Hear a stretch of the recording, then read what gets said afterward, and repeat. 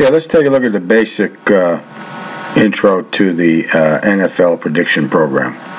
So this is the main screen. So I'm assuming, obviously, if you're watching this, you've already completed the setup. Your licensing activity is completed. So you can see on this main screen, your licensing is down here. So it's licensed to, and of course, this is myself. There's a computer-generated code. It's 5 digits. The first number is the rev number, so we're at 1.0. And there's a couple other things on the screen, but we'll talk about those more as we discuss those particular items. What I wanted to show you here is just the main pull-down menu. So, of course, you can exit the program. You can launch help, and you got help screens, the full program of help to go along and accompany all the activities of the program. We have launching YouTube videos, which you're obviously watching one of them now. You can view the process flow diagram, and of course you have some information about the program. Administrative stuff, you can set up your default printer. You can pre-select reports that go to the screen or the printer. And of course you have the license verification stuff that you would have already performed if you're running a program that's licensed. You can generate reports. Now, of course, with generating report, it's always going to generate whatever report is in the system. But we'll talk more about that at another video. This analysis section says populate the model. That's under construction.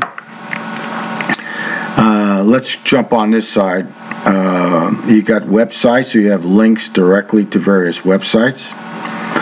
Parsing routine, NFL, regular season. Now this is the heart of the program, because once you click that, the program is going to go off and it's going to parse, meaning it's going to pull the information right off the websites. It'll analyze the web format, the HTML, pull the information and put it in a format and load it into databases.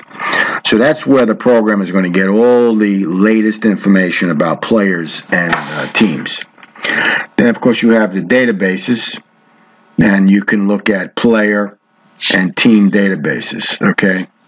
And, of course, you can delete all the records in the database. Notice you're going to see some activities with the NCAA. That's also coming up for another revision, and we'll look at the college football. We have rosters. You can clean the roster. That's essentially taking the database of players and emptying it.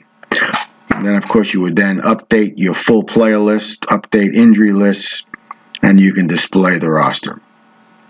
You can come over here and look at the schedule for 2001.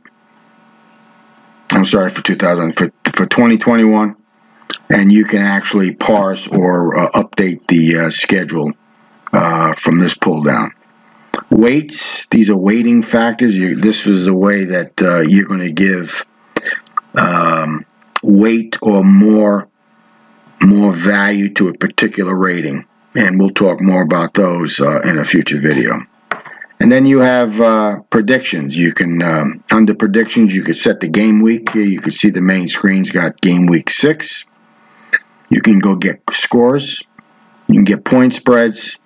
You can get team standings. And then you can look at reports based upon just player data, team data, and, of course, team and player data.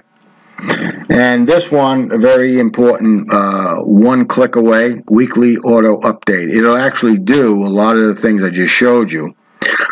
Getting all the data, populating the databases, populating the roster,